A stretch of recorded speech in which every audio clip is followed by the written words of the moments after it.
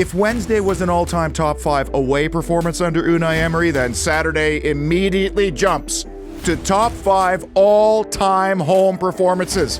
And presented by the folks who are also known for great performances in your home, 24/7 services, Aston Villa 2, Arsenal 1.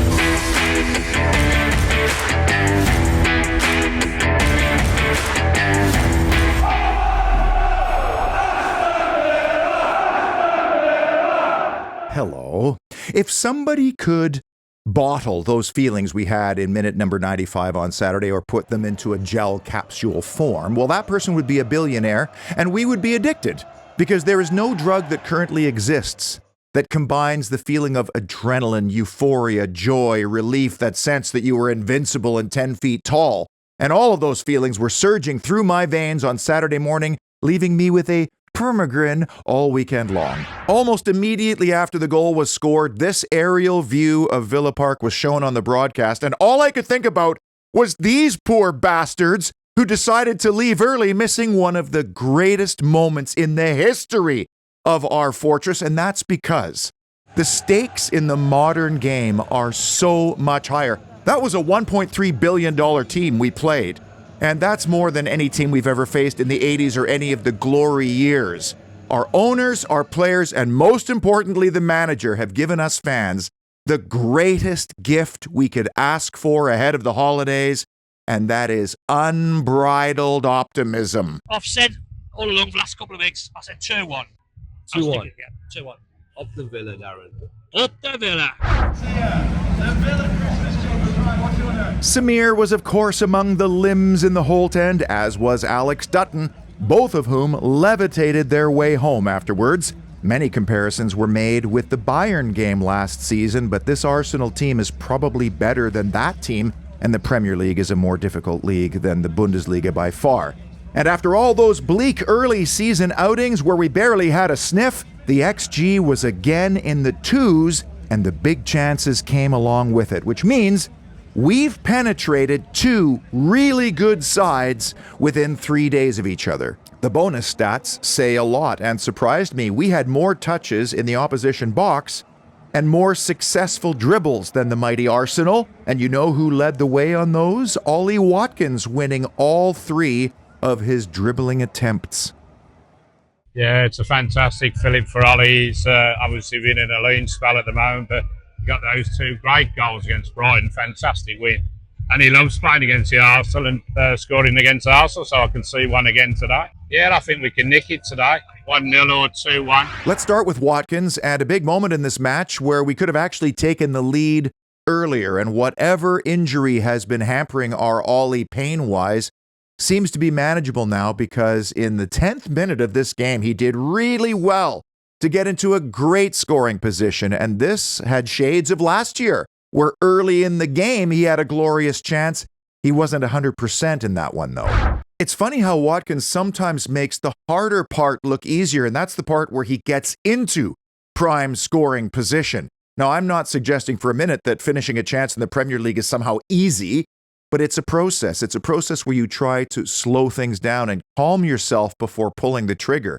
And all I see from the field level view is the giant space to Raya's right, Watkins left. In a battle between former Brentford players, it looked almost like the Spaniard was diving to his left just as Ollie Watkins struck it. And Ian Wright, the pundit on our broadcast, who was delightfully deflated afterwards, made a good point. He said the difference between elite in the striking world is their ability to just take that pause, that beat, and slot it to where the goalkeeper isn't. And you'd think after Wednesday, Watkins would have slotted this one home, or could he have squared it up to Morgan Rogers on his left? Related issue, and an undeniable huge one, but Arsenal's underbelly was severely compromised with the absences of Saliba and Gabriel, who are essential to everything Arsenal does at both ends of the park. Imagine Villa being without Torres and Konza for a long period of time. But maybe those absences are precisely what gave us the impetus and the drive to go forward in those final seconds, and maybe the outcome would have been different had they both played, which they likely will when we visit the Emirates in a couple of weeks. Curious issue, referee Peter Banks' hairline It almost looks like the Indian subcontinent just protruding down into his forehead. And thankfully, that's the only issue I have to talk about with regards to refereeing Saturday. My heart basically says 3-2 Villa. And where do you think we're going to be in the next two fixtures before we play them again? Second. Perpetual issue, it always is. Team selection, and as I correctly predicted, Emi Martinez was back in the starting 11, so the late scratch ploy worked again. 3 wins and a loss when the backup steps in last minute, and 3 wins and a draw in the game immediately afterwards, all featuring the world's number 1. Martinez's best save for me was the one off Ødegaard in minute number 70. Not sure if it was going in, but this just proves how Emi Martinez is battling right now and not giving up on anything. And he might have been a little bit unlucky on the goal conceded because he does get the slightest touch on the ball played across by Saka. And I think that actually worked against Konza and Cash, who were stationed at the back post. Some other key inclusions in the matchday starting 11, Ian Maatsen, who had the very difficult assignment of going one-on-one against Bukayo Saka, who was excellent, especially in the first half. He might have stayed on longer if not for the card. And Emery also found a way to include Kamara, Tielemans, and Onana into the starting 11, and think about all 3 of those players' contributions in this one. I think it's safe to say that the previous summer's marquee signings costing $85 million, Onana and Maatsen, have now settled and fully integrated into this team. Onana had but one minor little blemish early in the second half when he lost a duel to Declan Rice, which preceded the equalizer. And from there, Villa killer Leandro Trossard stuffed home at the back post. He substituted another perennial Villa killer in Eze, who I thought had a rather quiet match and actually might have been guilty of switching off in minute 36. Apart from Mings and Barkley, the only absence from the squad on Saturday was Yvan Guesson. I wonder if he was nursing a severe bruise after the lambasting he took from Unai Emery in the late stages of the first half at Brighton. I'm Darren from Walsall, and you're watching the Holy Trinity Show. Big moment number 3, cash deposit. Will you ever tire of the cash puns? Not me. The Matt Cash goal actually had a dress rehearsal about 10 minutes earlier, which tells me that maybe the boss identified something in Arsenal that he wanted to exploit.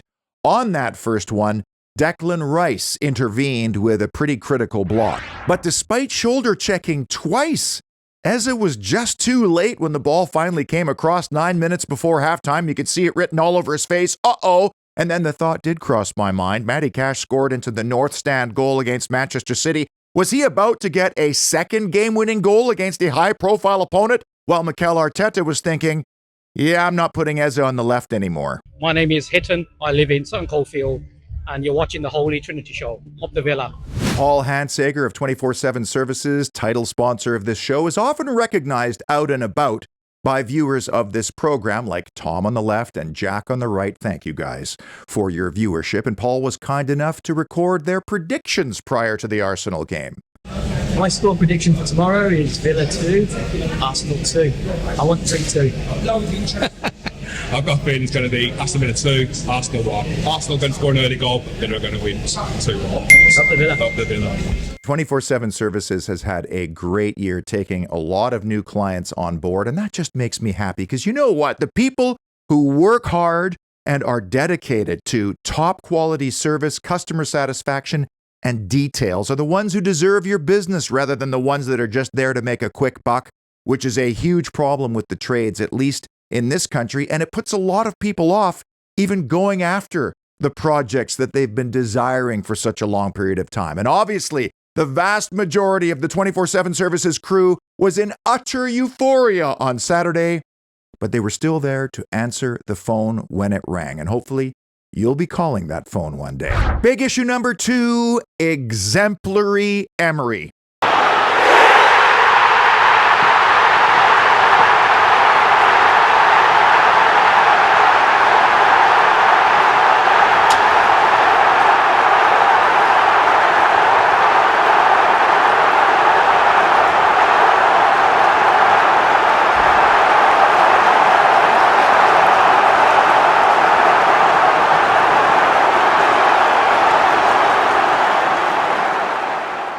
It It was fortuitous that Martin O'Neill was the guest pundit on my broadcast feed, along with Righty, who I adore as a human but giggle at loudly in times like these, and Martin O'Neill was the man who Unai Emery recently eclipsed for all-time Aston Villa Premier League wins with 62 now in less than 3 years, and there was another former Villa manager in the house spreading some magic fairy dust on the equation. That, of course, was Dino. O'Neill made a number of really interesting points regarding our current manager, and they actually validated my assertion that he's as much cult leader as he is football manager. Because when you think about it, he has so many key objectives in his remit. The first being setting the standards. This is the demanding part. These are the hills he's willing to die on, and his players are following along their cult leader. Then he had to build a footballing identity and correctly assign roles to suit the intricacies of that structure. This is the way we hear about all the time. He has to improve players individually in order to get better performances collectively. And every single week he has to study the opponent and develop a game plan that factors their strengths and weaknesses. And while all of that may seem obvious and simple and straightforward, Unai Emery has had to accomplish all of it this season while wearing PSR and SCR handcuffs behind his back. Just look at this graphic. Aston Villa is 3 points off top spot in the Premier League despite being outspent by every other club this past summer. All of those objectives and factors come before a ball is even kicked, and on game day, he has to manage a match and the players and rotate and adjust and tweak. And he is doing all of those things at the highest level on the planet. If you're an Aston Villa player, you can no longer argue anything with Unai Emery while you are winning, while you are becoming a more valuable player, and while you are either a staple on your national team or in the process of becoming one. In this instant gratification world we live in now, managers are rarely given the runway to implement a full culture change. Unai Emery accomplished it almost immediately, earning European football within 6 months of arriving, Champions League the next year. And on Saturday, it felt like the culmination of all that work and the experience that wasn't just a validation of process. This was league-leading Arsenal we beat, and they spent a fortune in the summer to take that final step. You do not go on a run like this, 7 in a row, including 3 in 1 week, all very different kinds of wins, without players submitting to the process and also managing their emotions. And what Unai Emery brought to this game against one of the best teams in the world, a statement game with oodles of narrative, was the mentality to go out and win it. And he effected that objective with his player selections before kickoff and then the adjustments he made during the game. At 1-1, the game was crying out for Malin, and it worked. He provided a spark. Emery had to rotate Torres, McGinn, and Onana because of the proximity of the game on Wednesday, but the introduction of Jadon Sancho in minute number 75 and then Buendia in minute number 87 was both assertive and proactive. He told both of them to be positive, expect a chance, but don't shirk your defensive responsibilities, and it paid off. In the immediate aftermath of the Buendia carnage, with Arsenal players crumpling to the floor in devastation, I counted 7 Villa players in the penalty area. That is mentality and a certain kind of bravery which you can have in the dying seconds. I mean, this was almost like a basketball game that was tied with one team winding the clock down, setting up for that winning shot. If you're poor old Harvey Elliott and you're watching your career stall at one of the most important periods and ages in your life, you have zero leverage because the team you're trying to break into is winning, and the guy you were probably brought in to replace is scoring game-winning goals. The only thing missing for Unai Emery now is something big and shiny, and based on what we're seeing over these last couple of months and the lingering disappointment of past failures, which all the big winning teams have had to go through at some point or another, silverware seems more likely now than it has over any of our recent seasons. FA Cup, Europa League, the Premier League, Maybe too early to talk about that now, but Leicester City started dreaming in and around February of 2016. And the number one big moment that defined Villa 2, Arsenal 1, Buendia belief. As much as the manager's fingerprints were all over this game, it is ultimately the players who are the only ones who can go out and deliver the goods. And is there any one player that epitomizes Aston Villa's season and its resilience more than Emi Buendia? I mean, last year, we all thought he was done when the loan to Leverkusen happened in January. Even the manager might have felt that way. Most of us will never understand how challenging a serious injury can be and the mental and physical strain in the aftermath. I mean, Buendia was flying 2 years ago when he suffered his in training. And I wondered when he wheeled away on pure adrenaline and he ran towards the north end of the Trinity where his suite is, who he was pointing at. And I have to believe it was his wife, because those would have been a couple of difficult years. You know, first the recovery from injury, then the uncertainty after, alone away. You need a strong partner who believes in you.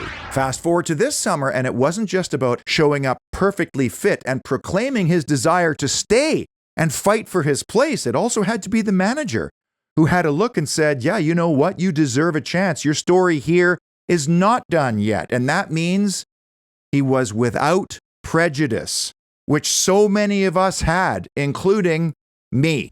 This moment is one that I think could live in infamy based on where we are come April and May. And it wasn't just about the 3 points. It was the belief that you get from beating a team like that and the feeling that you can take on all comers.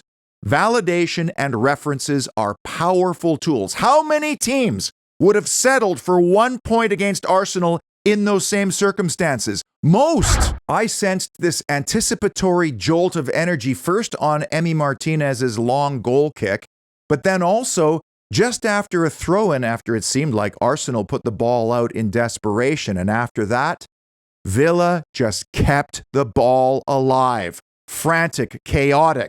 And then a ball across from Rodgers that Sancho headed back into the danger area, and the machine spit the pinball out to Emi Buendia, and that was that. How about the assist to Boubacar Kamara, who somehow dug the ball out from a forest of legs? My feeds were instantly inundated with meltdowns from Arsenal fan channel watch-alongs. And that was almost as cringeworthy to watch as the World Cup draw, although in fairness, the Arsenal fan channels did not feature irrelevant stars from 1997 that were dusted off and brought back like Heidi Klum, Bocelli, Robbie Williams, Lauryn Hill, and Rio Ferdinand, of course. How out of touch is pompous FIFA, by the way? And you know exactly what Unai Emery probably said afterwards. Enjoy it. But tomorrow we focus on Thursday, because what's the point of beating Arsenal on the last kick of the game if we then go to Basel on Thursday and lay an egg, or at West Ham on Sunday, or with one of our biggest bogey teams in history looming on the horizon in the final game before the holidays? Another 5 games in the books, 15 games into the season. We need to update our progress, and the only glaring negative is being -5 in the first 15 minutes of games. Doesn't seem to matter because we're still net 10 on the points earned or lost. That means we're holding leads when we get them and coming from behind to win as well. Can these trends continue for another 5 games through to game 20, which will be another lunchtime kickoff against Nottingham Forest at Villa Park, the first of World Cup year 2026? I'm Pete, I'm from Newtown, Aston, and you're watching the Holy Trinity Show. The next one in Europa League is huge for me, and I'm envious of anybody who gets to go to Basel, Switzerland, especially at this time of year. And if you are going and you fancy being the show's video correspondent, send me a line. But 3 points on Thursday in Switzerland would move Aston Villa that much closer to solidifying top 8 status, with RB Salzburg still to come to Villa Park. And avoiding that extra playoff round at this time of year with the FA Cup games now imminent would be mighty advantageous. Thursday's opponents feature a familiar face in Shaqiri, remember him? And Yvan Guesson's Côte d'Ivoire teammate Benny Traoré is probably their most prized asset. I mean, Basel is one of the biggest clubs in Switzerland. They're coming off their own last-minute winner at Winterthur, but the previous 5 games weren't so great. They beat a lower league opponent in the Swiss Cup, but beyond that, they were winless. Buendia's goal, scored at 6:30 a.m. local time, just set the tone for a fantastic weekend, which I floated through on cloud 9, relishing it over and over again in and amongst the intensifying pre-holiday buildup. Until Thursday, cheers. Just coffee again this morning, and obviously, up the mighty Villa.